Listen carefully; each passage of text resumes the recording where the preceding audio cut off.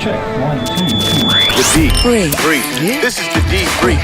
Your guide to Detroit. Your guide to Detroit's arts and entertainment scene. This is the D.Brief. Hello and welcome to the D.Brief. I am your co-host. My name is Seth Ressler. I'm Becky Scarcello. And here we are. We've got an in-studio guest on today's podcast. We have Juuni of D.Cipher. D.Cipher is a music mastermind collective of Detroit musicians. Say that 5 times. It's not easy, right? And they're building good. A music economy. So we're going to find out, there's a lot of vocabulary terms in here. We're going to find out what all these different things... It is all good stuff, trust me. Yes. He's also in a couple bands. He's in ONEFREQ, and he is in the Gabriel Brass Band. He plays drums. He's a percussionist, and he brought his manager with him as well, Angela Gallegos, who is the music manager and voiceover actress. Works with ONEFREQ and works with a number of other bands, mostly with Detroit ties. Exactly. So, look, Juuni and Angela, thank you so much for coming on the podcast today. Welcome. Thank you so much for having us. Oh, hey, good to be here. Yes. So let's start with this. What is a music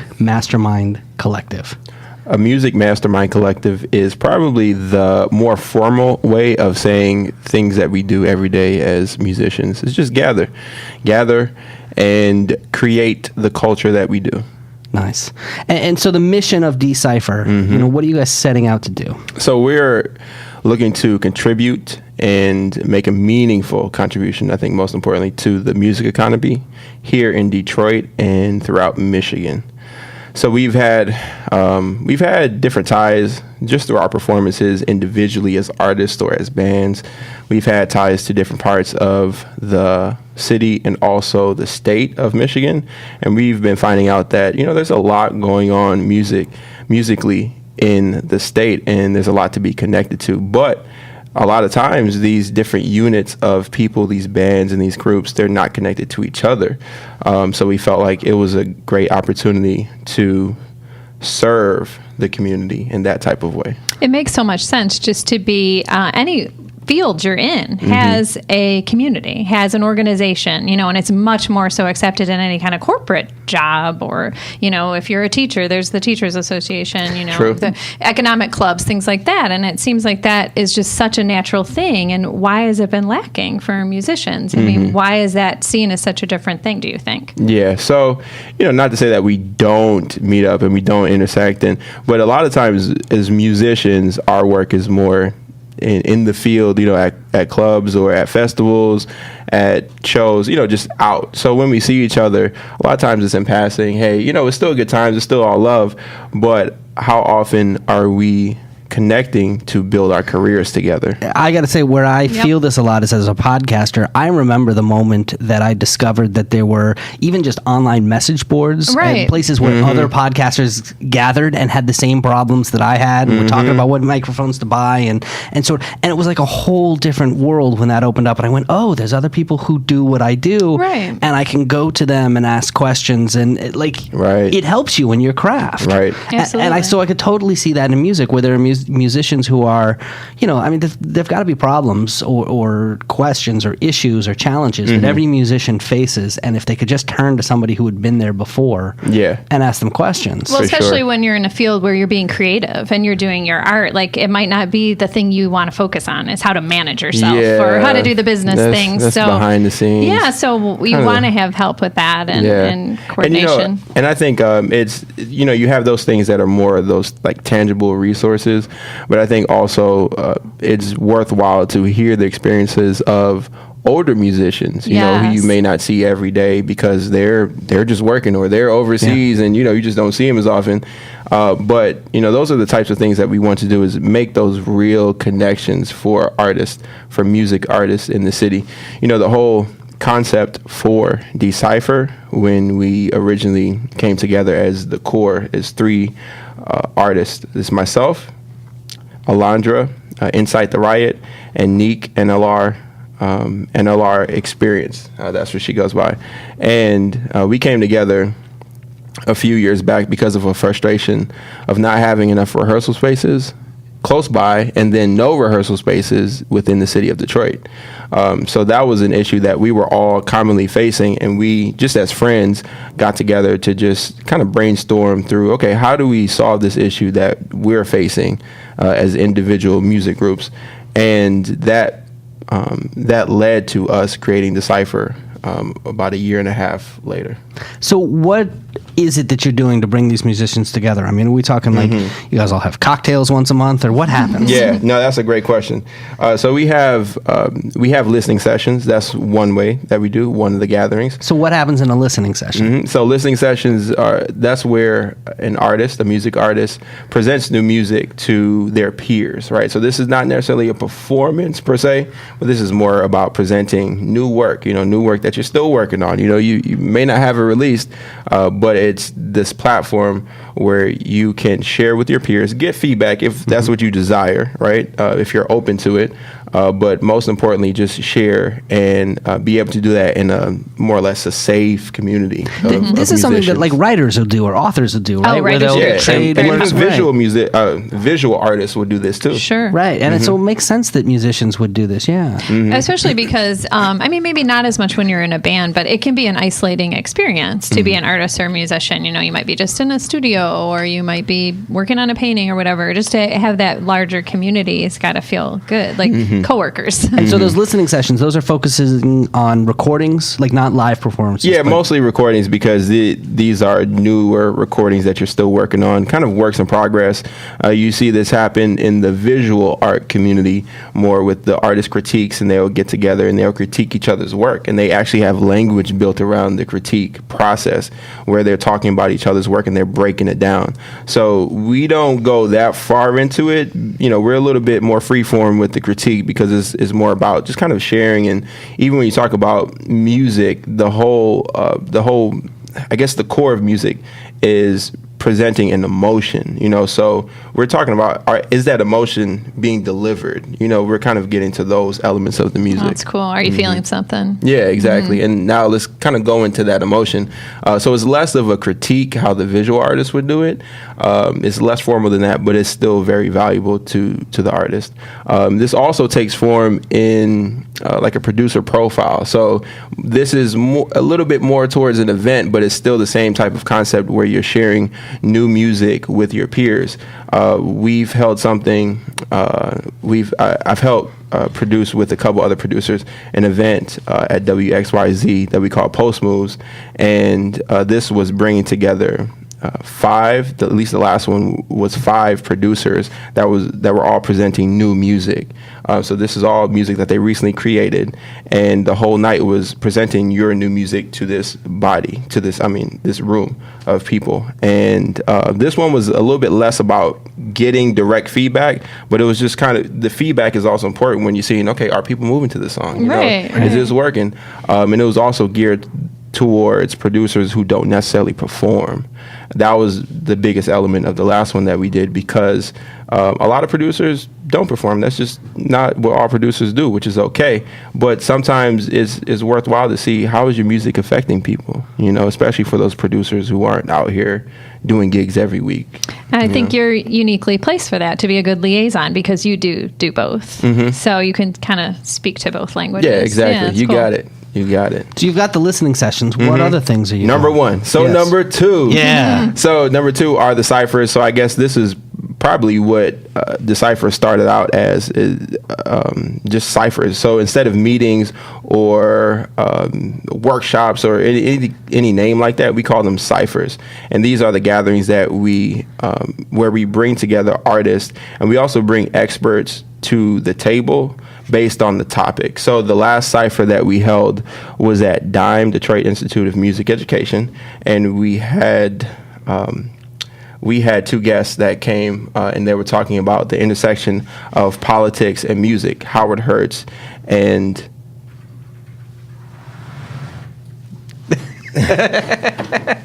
what's up? Hello. How are you? It's Monday. See? Yeah. It is Monday. Go ahead. Just keep going. Howard Hertz. We'll edit it out. Yeah. Yes, Howard Hertz.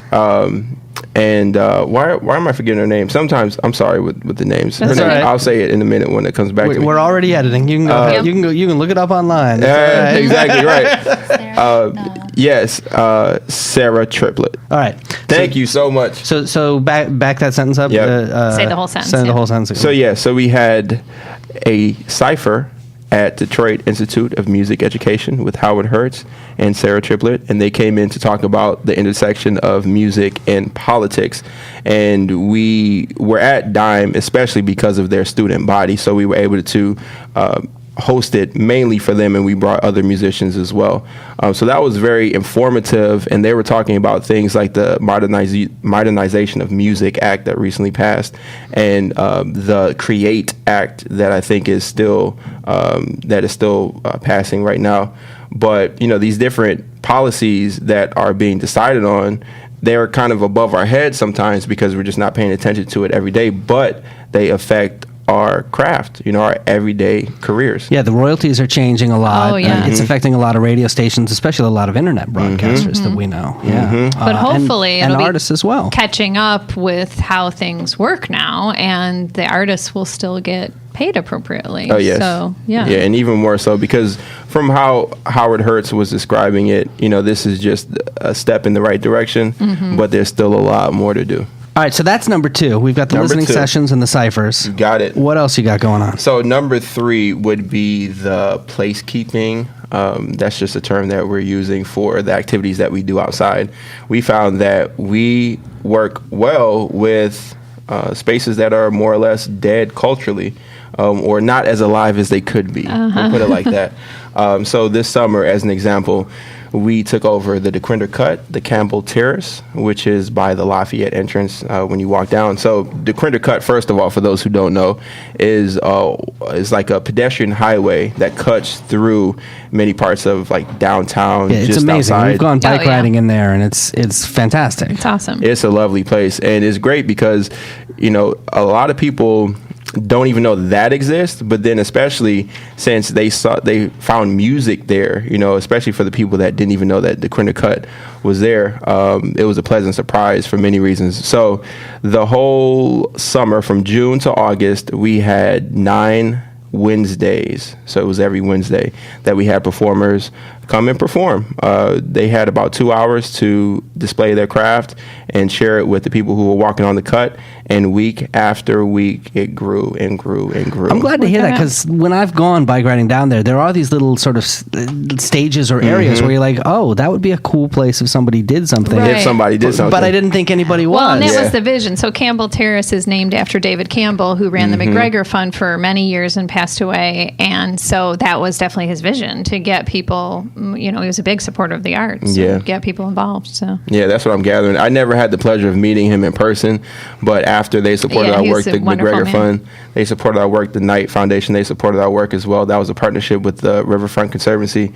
So with those partnerships, that's how we were able to do it, I think, because we had a lot of great people on our team, including our core at D.Cipher. But it was great to see how many people found out about the DeQuinder Cut, and then on top of that found all these performers, the culture, the music that is here in Detroit. And that was our focus, was to highlight the real culture that's here in the city, or at least a sampling of it, because obviously that's not everybody, but we felt like we got a good sampling of music, or dialects of music on that stage. Are there other music spaces that you're either working at now or that you're eyeing that you soon? Okay. Yeah. That you can talk about. We need something for the cold weather months. Yeah, exactly. I mean, so another example. So this is less of D.Cipher, but this still just kind of rolls into all of the work that I do. And I mean, I believe, just to back up for 1 second, I believe that what we have going on here in this city, especially, and I'm sure in other cities, are these units of culture, or these culture creators, artists, musicians, all different crafts. But these units, we collide, and when we collide, that's the greatness that you see, that's the entertainment that you see in these public spaces. But I feel that is what is going to sustain and grow our culture here in the city. Another example of that is when just the band that I play for, ONEFREQ, we partnered with the culture creators, that's what they call themselves, and a few other groups like the Art Babes, the Hooligans, all at the Apparatus Room down at the Foundation Hotel, downtown Detroit. We had a 3-month stay down there from, what was that, July, August, September? July, August, September. So we did 3 months down there. That's Angela's job to tell you. Yes, that's when you were there. You're the calendar keeper, right? Exactly. So we had 3 months down there, but again, that was such a great set of performances because we partnered with these other units of these culture creators, these people who are actively contributing to the Detroit culture. Well, what I find fascinating is how often you all play with each other. You know, like Trey Priest is in ONEFREQ, but he also plays with Sophia, who also play. You know, and you start following. It's this big spider web, like we talk about the connections. And I would think even if you didn't know each other before, then it's like, oh, I need somebody for this song. You start to bond, and then it's like, well, you got this great sound. It's going to work really well that's for what I'm working on, and I think that's really great. That's true. Yeah, and that's how it works. You know, when you see that, you know, somebody from this unit or that band or that group, you know, kind of meshes with what we do over here, you know, that's where the relationship starts. So is it not uncommon for you to share musicians with other bands, and is that okay? Is that that's very people common. Get territorial about that, or I don't feel like that's such a big thing. Maybe not now. Maybe it was, you know, in days past. Yeah. Maybe, but right now I don't think so. Especially not in Detroit. I don't think so. Right. Just everybody. Not in my lifetime. Else. Right. So, okay. What else on this list? Do we have more? Yeah, I have. So one more thing that we have not really gotten into formally, but something that we're really looking forward to exploring more are musician sheds. So this is just jam sessions. So we are working on a partnership right now that I won't talk about the partnership itself, but the whole idea is to feed into the I guess people who aren't musicians feed into the element of that experience, because people, even if they aren't musicians, they still love music and they want to be immersed into music. So we will be hosting jam sessions, or these shed sessions, that allow people to be immersed in the music, whether you are a musician or you're not. And these will happen in music spaces. So are these practice spaces? Are these performance spaces? Are these both? Studios. Okay. Yeah, but the idea is that there will be an audience there. Yes, it will be a mix. It will be a mix of professional musicians who kind of swap between instruments, but also people who are just there enjoying. Just to watch. I like that. Well, because I think you need that audience feedback. It's like stand-up comedy, right? There's only so much that you can practice by yourself in a room alone, or in a room with your bandmates. At some point, you've actually got to get up and perform in front of other people. And, you know, it may not be 50,000 the first time you go out. You got to start, you know, in front of small people who are interested in watching. And then on top of that, I think, so where this comes from, so maybe if I give a background, it'll give more context to it. So basically how ONEFREQ, the band that I play for, how we started was at Angela's house down in Southwest Detroit a few years back. I want to say at the end of 2014. Right. And we were just meeting at her house because she knew musicians. She knew me and a few other. One of Omar, who was living with you at that time, he's a singer. Right. So all these musicians kind of came to the house individually, but Angela started organizing a night where we would come over and just jam. Oh, I thought you were going to say Angela kicked us out, so we had to go start playing the chats. No, she brought them tired of this. I need some sleep. No, she actually invited us. Yeah. And that actually formed into what we now call ONEFREQ, but ONEFREQ came out of the energy of the people that came through the house. I mean, these are all sorts of professional musicians from Detroit and not from Detroit. So even beyond, you know, playing to 50,000, yeah, we do that too. But in addition to that, it's also very valuable to have these small, intimate spaces where you feel the music and everybody in the room or in this space is contributing to the energy of making this music. Right. So that's very important. And that's where this whole idea of these sessions come from, is that the people, even if they're not playing the music, they contribute to the energy of the music being made. I love that, because I think it gets people really in it too, off their phones. Yes. And in it, and like, because you cannot duplicate a live experience. Like, you're there, it's only going to exist in that time and place with you. And so if you put people in a small room, they're going to be in it, and they might get up and dance, or you might let them play your drum or something. Yeah, why not? And it's like, I think we need more of that, just the ways to get out of our head, off our phones, in experiences. And so that seems, I'm looking forward to those. Yeah, and sheds. This was happening in its organic form at Angela's house. This was happening for over 2 years, pretty much every Monday. That's nice. Music Monday. And you talked about the music economy. Yes. Let's go into a little more detail. I mean, I think I know what you mean by that term, but explain, what are all the things that contribute to a music economy? Yeah, the music economy, that includes the venues, that includes rehearsal spaces, like I may have mentioned earlier. That includes the spaces where, artists, the small spaces, but even the larger spaces, the bars to Chain Park to Little Caesars, to all of it. So just all the elements that go into creating an economy that a musician can make their careers. Another term that I hear being thrown out a lot is the nighttime economy, and that's something that a lot of cities, more from a city perspective, cities are looking to improve their nighttime economy, and a lot of times music is a big part of that. Do we have any data on the music economy? I mean, is anybody tracking that? Do you know how much money it is? Yes, but in Detroit, I don't have that information. Okay. So that there are metrics for it, but I don't know who's documenting that here in Detroit. Right. Where do you feel like music fits in?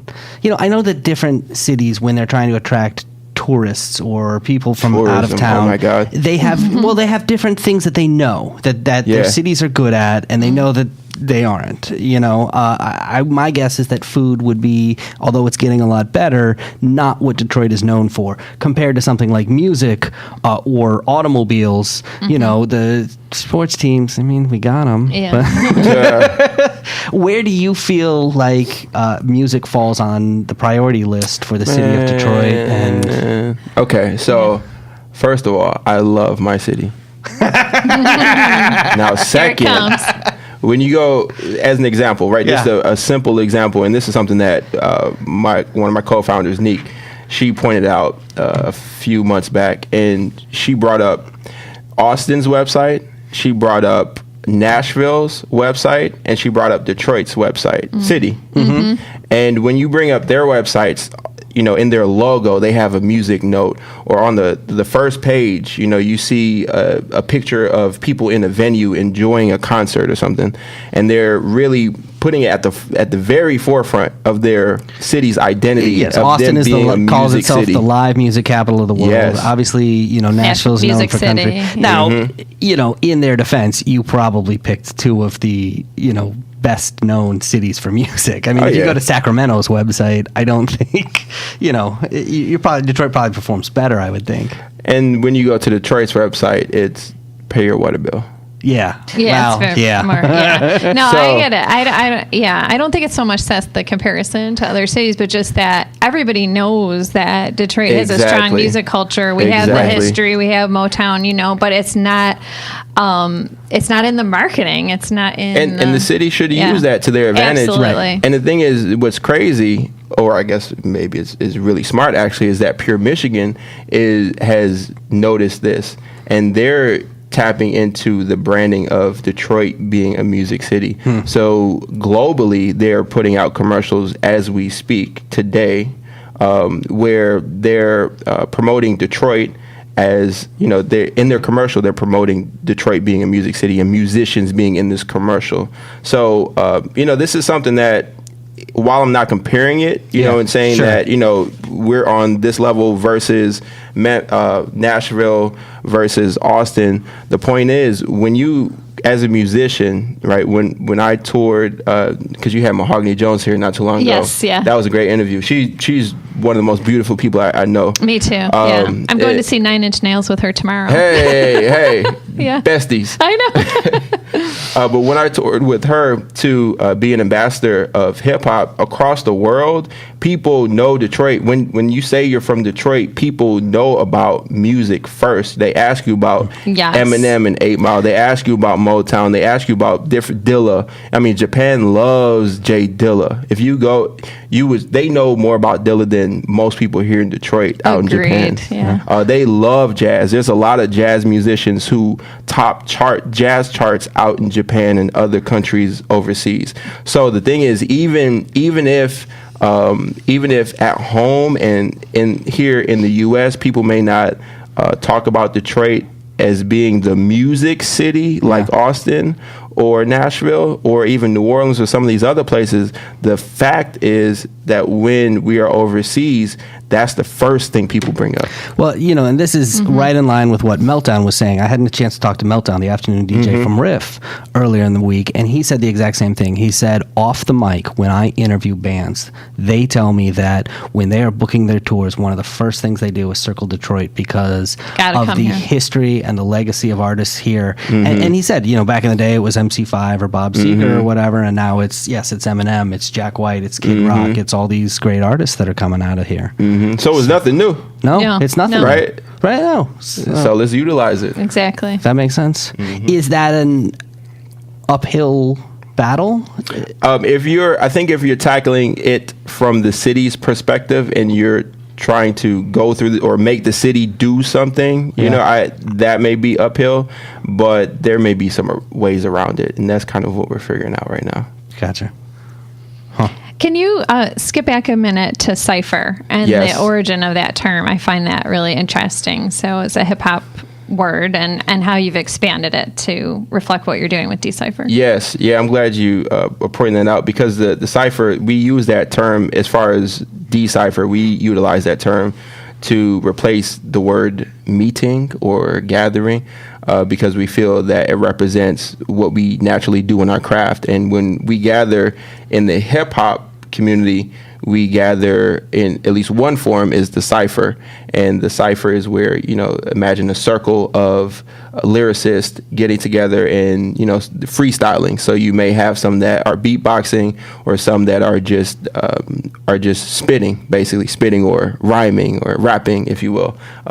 So in the Cypher, everybody's lending something to this circle or this Cypher, and everybody contributes something. So in the same way, we feel that in D.Cipher, our organization, and this Mastermind collective, that everybody at the table is contributing something. Even if one is a novice and you have another musician that's a more expert level musician and is toured the world, everybody still has something valuable to contribute. Even when I talk to some of the older musicians, as an example, look at Chaka Khan. Chaka Khan, came out with the record recently, and it's nice and has a nice beat to it and everything. But I love it when these older musicians work with these younger artists and incorporate the newer sounds or some of the newer energy from artists today, because that's in a way that's what keeps them relevant and alive, and their music continuing their legacy. But that's that exchange, that intergenerational exchange is very valuable. So in every way, we believe that no matter where you are as a musician, you have something to contribute. Did the conversations usually revolve just around the creation of music, or is it also some of the business aspects? Is Chaka Khan sitting there going, can somebody tell me how to tweet? Or, No, but as an example with Howard Hurts and Sarah Triplett, they were the more or less experts. So it's not always just focused on just making the music or the process of making the music, but sometimes it's the behind the scenes of making the music. So they were talking about the policy of music or policies that relate to music here in Detroit and nationwide. But what they were getting out of it from our last Cypher, what they were getting out of it is information to understand, okay, how can they be better advocates as Howard Hurts, for instance, as a music attorney and the Detroit Music Awards, how can he serve artists better? So he was taking that information and utilizing it for what he does. Sarah Triplett, who is the policy director at Creative Mini, she's in Lansing all the time. So she's able to bring, the conversation to Lansing and to some of the other tables that she's frequently at. So that exchange in that case, the most recent Cypher that we've had, that was the exchange that was valuable for everybody in the room, both the quote unquote expert, but also the newer musicians that are coming out of Dime, the school. Are there things like this in other cities, or is this unique to Detroit? Did you model this after anything that you had seen elsewhere? No, we didn't. No, I think if anything, we kind of modeled it after things we were already doing, or, in our individual practice of being musicians or in the bands that we've been in. And we modeled it after kind of like I mentioned, the visual artists do critiques. I've been to a visual artist critique before, and I I've never seen that, my first time at least, I've never seen that process, that formal critique process. So I was very intrigued when I saw that, because I'm thinking, we don't do this as musicians. This would be very interesting. How would this look if we were to do this as musicians, you know? So I just by being in these different communities, I also borrowed some of these things from my experience. Yeah, I was thinking that when you were talking about history and older musicians and just maintaining and moving forward, I was thinking about your work with Gabriel Brass Band. Yes. And how that informs probably what you're doing. Yes, for sure. So the Gabriel Brass Band we're in the 5th generation of the music, the jazz music, from Santo Domingo to New Orleans to Detroit during the Great Migration. We're carrying on that legacy as we speak today. And one of the other things that I'm really proud to be a part of is the Gabriel Music Society, and we do things like donating instruments through the Hungry for Music program to high schools. We also pay for instruction for sustained programming at schools, and we also have more one-on-one workshops with high school students. Very cool. And I think I was telling you, Seth, Gabriel Brass Band plays at Theater Bazaar. Theater Bazaar. Yeah, so I haven't been yet. I keep hearing. Put it in your life, man. I know I need to. Yeah, he needs to go. Well, you know what? And we interviewed John. I'm Nice. sold. I've got to talk my girlfriend into going. Oh, I'll call her up. So yes. So It's an experience. Yeah. So It's definitely an experience. when you do that, do you dress up? Are you assume a character? You know what? We go kind of clean. We actually suit up for Theater Bazaar. Oh. They're sharp. It reminds me of like a New Orleans second line. Are you there both nights, both the gala and the main night? Yes. So this year, for instance, we did both weeks as well, because now they split it up into 2 weeks. Yep. 2 nights each week. So yeah, we do all of it, and walking up all them stairs at Masonic Temple. Oh my gosh. Yeah. All of it. Yes. Yeah, that's cool. Wow. It's one thing to perform on a stage, another one to be like a roaming Yeah. performing band. Wow. And that's what I love about the Gabriel Brass Band, is that we're never stationary, or Yeah. very rarely stationary. More parade. Yeah, definitely. And you know, I do want to correct that term, because a lot of people use the word parade, but second line, and I'm glad you said it, because it's an opportunity for me to actually say it, because a lot of people say, you know, you're a parade or a marching band even, but the fact is that we're carrying on the second line tradition, and the second line tradition comes from, you know, the more formal, like funerals or weddings, you know, these celebrations, and this is a way to have music, and that's why we're traveling, you know, we're walking. So in the second line are the people who follow the band. So that's more the correct term to use. No, I'm glad you said that, because so half of my husband's family is from New Orleans, Nice. and so very many family weddings include a second line. Yes. So I know that. It's but, standard. Yeah. It's standard. I shouldn't But mix it up with parade. But I'm glad you said that, though, really, Yeah. because a lot of people, I mean, you just don't know. So Right, a lot of people just don't know But they don't know about the the waving of the significance. You gotta handkerchiefs. get and something the- away. Yeah. Get something away. Yeah, anything. Yeah. So what is the next step for D.Cipher? I mean, what's the next challenge in terms of bringing the entire community together, and what are you working on? Yeah. Yes. So we are in the middle of our crowdfunding campaign.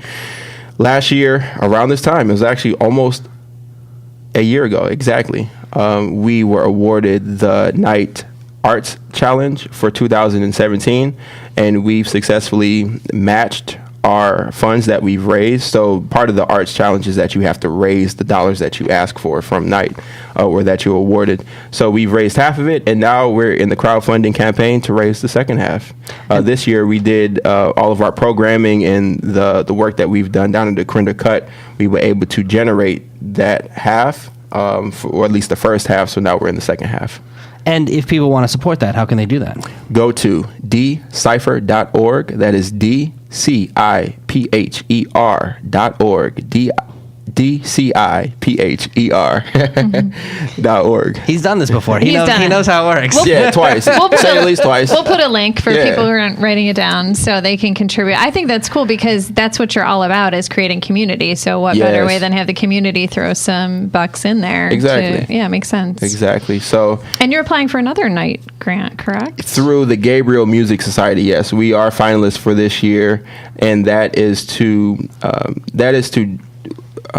that is to work with augmented reality with the current artifacts, the music artifacts that the Gabriel Music Society holds, and that is through.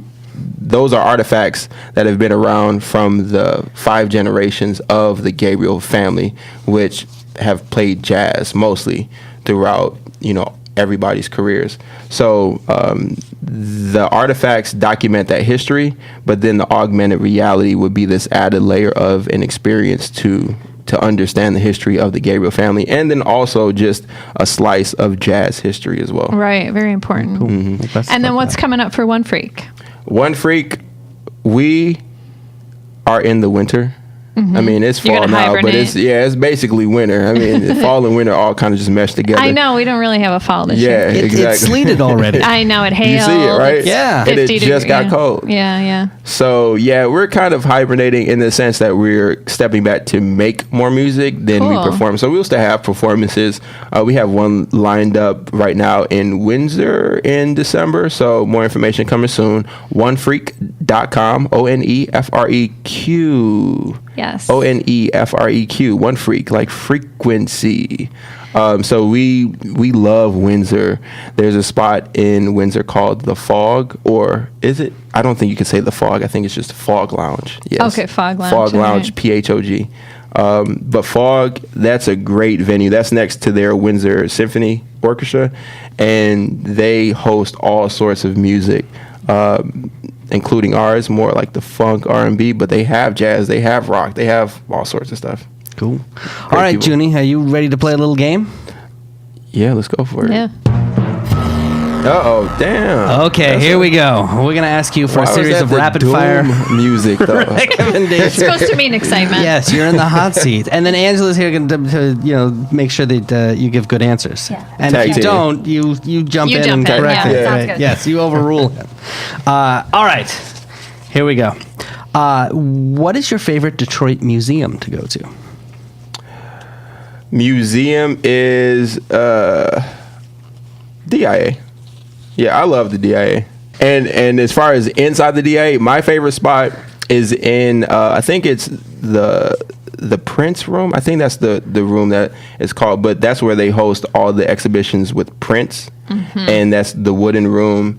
When you walk towards the back, there's this little booth, this little seat, this little area. Curved area. Yeah, I know exactly where you can just kind of lay in, and it's kind of quiet, it's isolated, so you don't even hear outside in the same way. So it's real nice. But even Kresge Court, I love Kresge Court. The redo is so cool. Yeah, I was actually in Kresge Court a lot as a young person, and it wasn't even done up how it is now. Oh no, I used to work there, and it was just very basic, very basic, but it was still nice. Yeah, now it's really nice. Yeah, exactly. How about now? This I don't know. It could have the same answer. Your favorite rainy day place to go? In Detroit. Rainy day. Rainy day. Rainy day, I guess it's all the same to me, but snow, let me say snow. Can I do that? Sure. My snowy day place is on Belle Isle. Belle Isle at the conservatory. So they always keep that because they have palm trees and all sorts of, like coffee trees and all that has to grow in different climates. So that place is always at least 75 degrees. So especially in the winter months, that is my hideout. That's so funny because our guest host on the shows earlier this week used Belle Isle Conservatory for where to go on a romantic date. Hey, there you go. So it's nice funny. Little walk around. Yeah. You a beer drinker, wine drinker, cocktails? Beer. All right. Yeah, Michigan beer is the best. All right, you have a favorite? Good. That's my question. Do you have a favorite Michigan beer? Oh, that wasn't even close. No, Two-hearted. Yeah, two-hearted. Yeah. All day. All day. Well, speaking of drinking, how about your favorite Detroit dive bar? Dive bar, I'll say... Oh! What was it? Nancy Whiskey. Nancy Whiskey's. You performed there. Yes. We did. We actually shot a music video there. Yeah, we shot a music video. Oh, you did? I didn't know that. Our first video. Yeah. Oh. Diego Cruz. But yeah, Nancy Whiskey is definitely my number 2.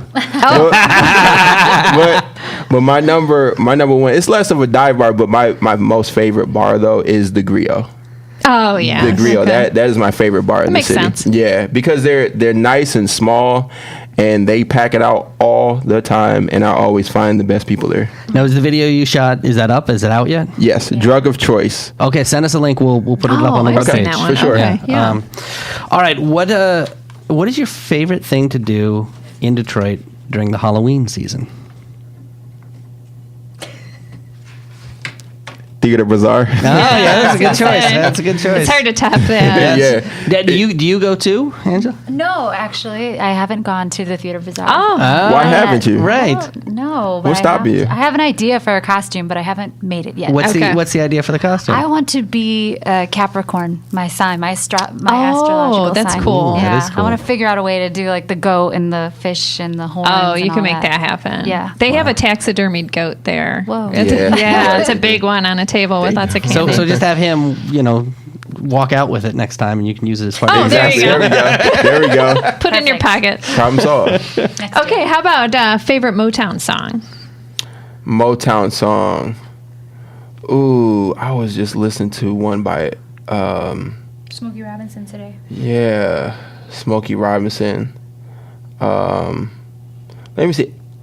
Marvin Gaye. Rock you after midnight. We'll be rocking after midnight. I would say, Marvin Gaye. That's a good one. Now, I don't know if he was with Motown or, if like... Yeah, he recorded for Motown. Okay. Yeah. I mean, no, I'm saying for this specific one. Because I know that- sometimes some right. artists It might have been a change. different label. Yeah, and so this was a little bit later in his career, but yeah, as far as I know, We'll give it to you. This It's Motown, fine. yeah. Yeah. Yeah. What Detroit activity is next on your to-do list? Detroit activity. We missed kayaking this summer. Ooh, yeah, that's a great one. Kayaking. Missed that. Kayaking. And the That's definitely on the canals. list. The canals and out on the Detroit River. Yeah, by Belle Isle. Yes, it's really fun. Yeah, especially the Moonlight one is cool. Yeah. Well, how does that work? You go to Detroit River Sports and you launch off. Depending on what time of year it is, they time it so that you're ending right when the moon comes up. Oh, Yeah. that's beautiful. I love Romantic day. That's happening. Yay, we made it. Okay. All right, I like that song. We win. All right. Well, Juuni of D.Cipher and also of ONEFREQ and the Gabriel Brass Band, thank you so much. Tell everybody again where they can go if they want to support your crowdfunding campaign. Yes. D.Cipher.org, D.Cipher.org. You can also visit my personal website, Juuniverse.com. That's JUUNI. Verse, VERSE. You keep picking hard names that got to be spelled out. Juuniverse. Well, I mean, Unique. Nice. Exactly. I know. It's one of a kind. Exactly. I love it. Juuniverse.com. So new music, shows, all of it. Well, Juuni, awesome. That's a great thing that you're doing. Congratulations on all the work that's gone into it, and best of luck with the future. Also, Angela Gallegos, thank you so much for bringing him by. We appreciate thank you. you. Thank you. Your client do well? You're happy? He did great. And I didn't have to say anything. I'm so proud. Check. Well, thank you very much. And on behalf of Becky and myself, this has been The Debrief. Detroit's moving. Keep up. The Debrief. Your guide to Detroit's arts and entertainment scene.